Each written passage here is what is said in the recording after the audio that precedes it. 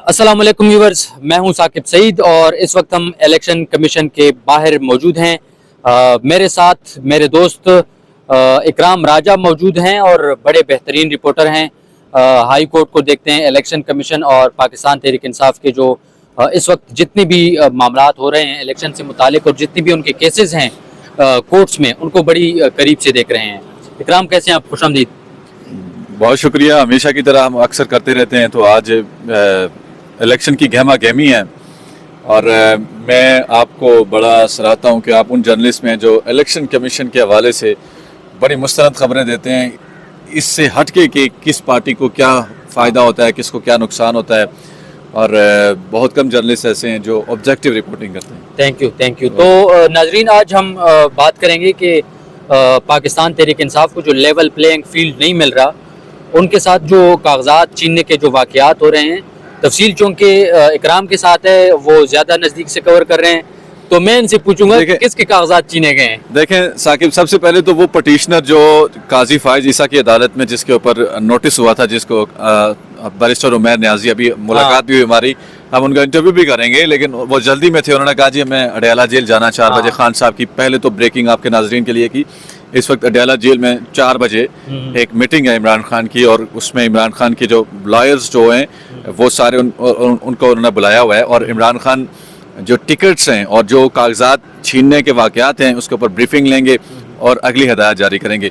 उसके बाद जो हदायत आएंगी उसके बाद अलग से हम अपने व्यूवर्स को बताएंगे। लेकिन अभी जो सूरत हाल है वो ये है कि PTI के लिए बड़ी मुश्किल हो रही है। बैरिस्टर उमैर न्याजी के वालिद साहब से कागजात छीने गए, इसी तरह एक खग्गा साहब हैं, बड़े पुराने PTI के रहनुमा हैं, उनके कागजात छीने गए।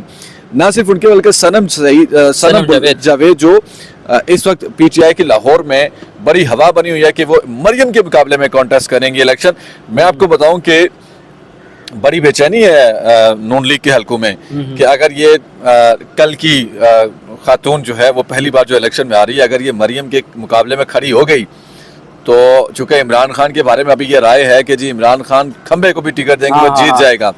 और लाहौर में, मैं लाहौर को कवर कर चुका हूँ, लाहौर में 2018 के इंतखाबात में मैं लाहौर था। मैं आपको बताऊं कि लाहौर में वो सूरत हाल नहीं रही कि नून लीग जिसे कहती थी कि ये हमारा गढ़ है। लाहौर की जो शहरी आबादी है वो नून लीग को बहुत अब छोड़ चुकी है और बड़ी तादाद जो है वो PTI के साथ जा चुकी है। वहाँ पे पीपल्स पार्टी भी नहीं नजर आती, कोई दूसरी जमात नहीं है, वहाँ पे PTI और नून लीग का बड़ा सख्त मुकाबला है। और ऐसे में जब मकबूलियत सारे ग्राफ इमरान खान के हक में जा रहे हैं तो ये नून लीग के लिए बड़ी मुश्किल हो रही है। इसी वजह से कुछ खबरें ये भी आ रही हैं कि मियाँ साहब को मानसेरा में भी एक एहतियातन सीट के लिए कहा गया कि आप मानसेरा से भी कागजात ले लें, कोई पता नहीं लाहौर से हमारा क्या बने। तो ये सूरत हाल है, आप अंदाजा लगा लें। बाकी कागजात नामजदगी की छीनने के वाकयात, शौकत बसरा साहब का कल वीडियो पैगाम हमें मौसूल हुआ। उन्होंने कहा जी मेरे वकील कचहरी से निकले ही हैं कागजात नामजदगी लेके, वो आए और लेके छीन के निकल गए। एक पीपल्स पार्टी के रुकन है, शोएब शाहीन साहब बता रहे थे कि उनसे कागजात छीन लिए गए। उन्होंने कहा यार मैं तो PTI का नहीं हूँ, मैं तो पीपल्स पार्टी का हूँ, तो फिर उन्होंने वापस कर दिए। तो ये सूरत हाल चल रही है इस वक्त। अच्छा, तो शोएब शाहीन साहब ने बात की कि कुछ लोग तो ऐसे हैं जो जेल में हैं और वो जेल के अंदर से अपनी दरखास्त वगैरह फिल करना चाह रहे हैं, तो उनको इजाजत नहीं दी गई। ये मैटर्स है। जो सनम जावेद का जो वाकया है वो उसमें एग्जैक्टली यही है कि सनम के वालिद जो हैं वो जाते हैं जेल में, और इसी तरह हसन न्याजी तो वज़ीर आज़म इमरान खान साबिक वज़ीर आज़म के भांजे हैं। हसन भी कैद हैं। हसन की जो वालिद हैं हफीजुल्लाह न्याजी, वो तो इस हक में ही नहीं है कि ये इलेक्शन लड़े, और खास तौर पे PTI के टिकट से लड़े।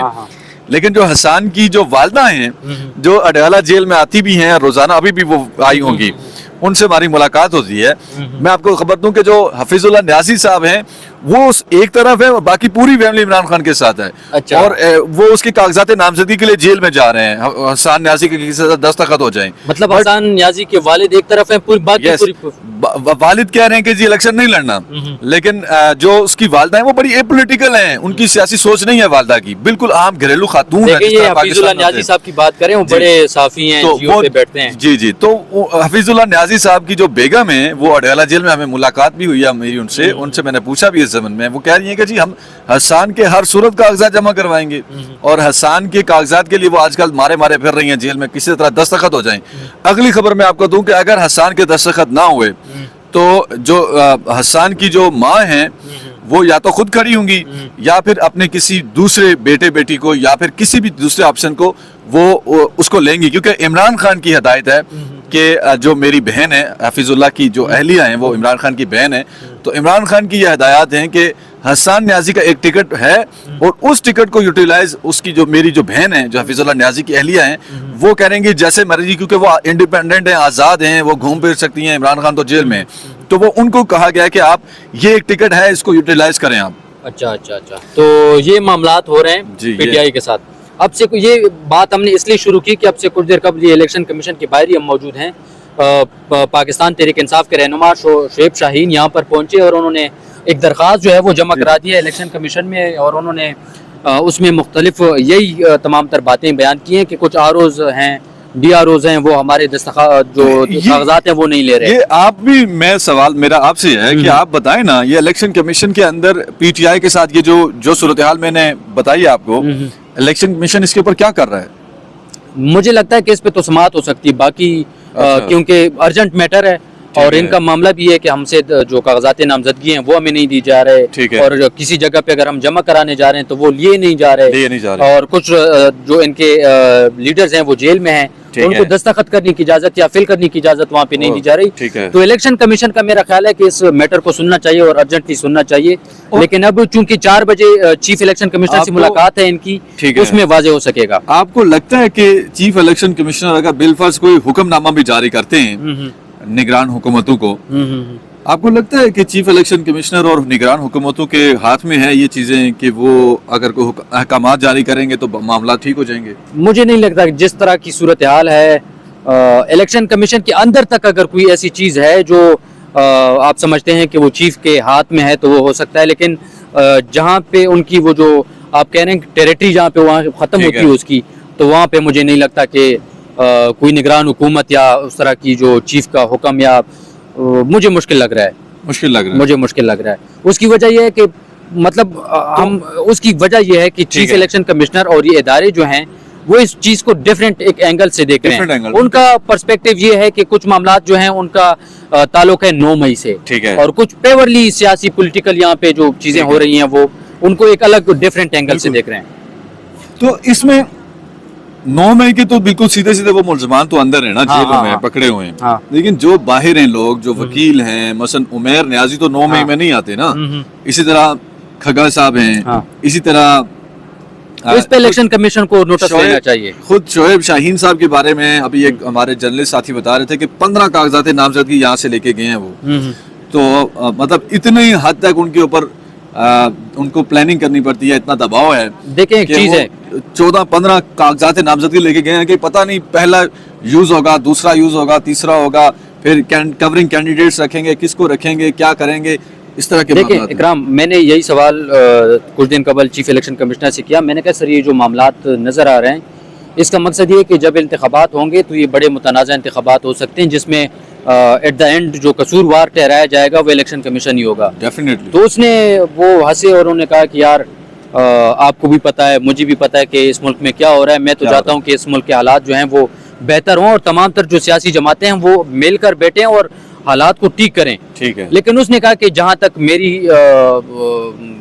होगी, कोशिश होगी मेरी कि जहाँ तक मेरी है जो एरिया है उनका, जहाँ पे उनका हुक्म चल सकता है, तो वहाँ तक मेरी कोशिश होगी कि पाकिस्तान तहरीक इंसाफ के साथ कोई ऐसी ज्यादती ना हो। लेकिन ये जो अब मामला है जो शोएब शाहीन साहब बात कर रहे हैं, कम अज़ कम इसको अर्जेंटली मेरा ख्याल है कि इलेक्शन कमीशन को टेकअप करना चाहिए और इस पर ऐसी कोई डायरेक्शन देनी चाहिए ताकि इनका ये वाला मसला जो कम अज़ कम हल हो सके। और कागजात नामजदगी जो है वो तो हर किसी का हक है और वो फिर जमा कराने चाहिए और उनसे फिल करने का, और जो जेल में इनके रहनुमा हैं वो फिर इलेक्शन कमीशन को देखना चाहिए।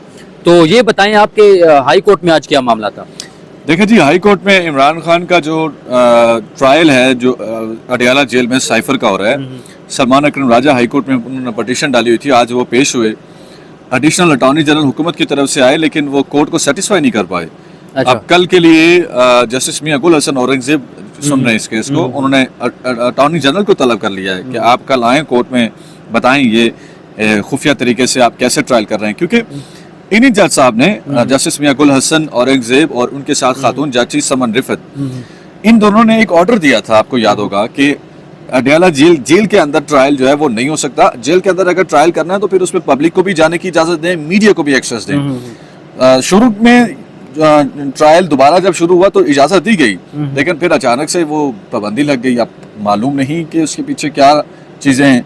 और फिर आज जस्टिस मियां गुल हसन औरंगजेब ने इसके ऊपर भी हैरत का इजहार किया कि अडयाला जेल में रोज, इस वक्त अडयाला जेल में रोजाना समाअत होती है साइफर केस की। अच्छा, तो इसमें chief justice Islamabad high court ने कहा है कि 4 हफ्तों में ट्रायल मुकम्मल करें।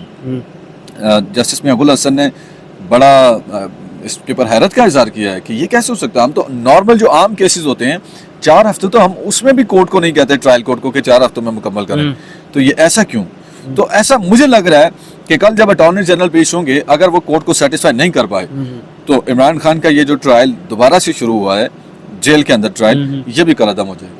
अच्छा, ये तो फिर बहुत बड़ी खबर होगी जी। ये ट्रायल कोर्ट में बिल्कुल वो उसका नजर आ रहा है कि वो ठीक तरीके से नहीं आगे बढ़ रहा। उसमें कानूनी जो तकाजे हैं उनको पूरा नहीं किया जा रहा है, और ये बड़ा कमजोर ट्रायल हो रहा है इस वक्त जेल में जो हो रहा है। और जस्टिस मियां गुल हसन ही वो जज हैं जिन्होंने पहले कोर्ट को ऑर्डर किया था, ट्रायल कोर्ट को, कि इसको ओपन ट्रायल करें, ओपन ट्रायल, बट वो फिर खुफिया ट्रायल कर रहे हैं। तो ये ठीक नहीं रहेगा, मुझे नहीं लगता कि इसको चला पाए ट्रायल को आगे। सही।